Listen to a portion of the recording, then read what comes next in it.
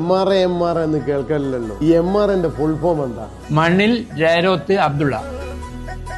ഒരു കുഞ്ഞു പലഹാരക്കടയിൽ നിന്നോ ലോക ബ്രാൻഡായിട്ട് മാറിയ MRയുടെ കഥയിലേക്കാണ് ഇന്നത്തെ യാത്ര.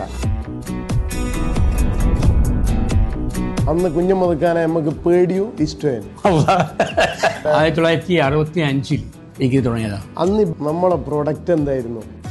നമ്മളെ പല വീടുകളിലും എന്ത് ഫംഗ്ഷൻ ഉണ്ടെങ്കിലും പെരിങ്ങത്തൂർ MRയുടെ കാജ മണ്ട ഇതില്ലാത്ത ഒരു പരിപാടിയും ആൾക്കാർ ശ്രദ്ധിക്കും. MRയുടെ ഒരു കവറാകുമ്പോൾ പവർ കൂടുതൽ. തലശ്ശേരി കോപ്പറേറ്റീവ് ഹോസ്പിറ്റലിന്റെ ആ ഷേപ്പിൽ കേക്ക് ഉണ്ടാക്കിയത് കേരളത്തിൽ ആദ്യമായിട്ട് ഫ്രഞ്ച് കേക്ക് ഇൻട്രൊഡ്യൂസ് ചെയ്തത് കണ്ണൂർ MR ആയിരുന്നു. നാട്ടിലേക്ക് അറബിക് ഫുഡ് കൊണ്ടുവന്നു, ഖത്തറിലേക്ക് നാട്ടിലെ ഫുഡ് കൊണ്ടുപോയി.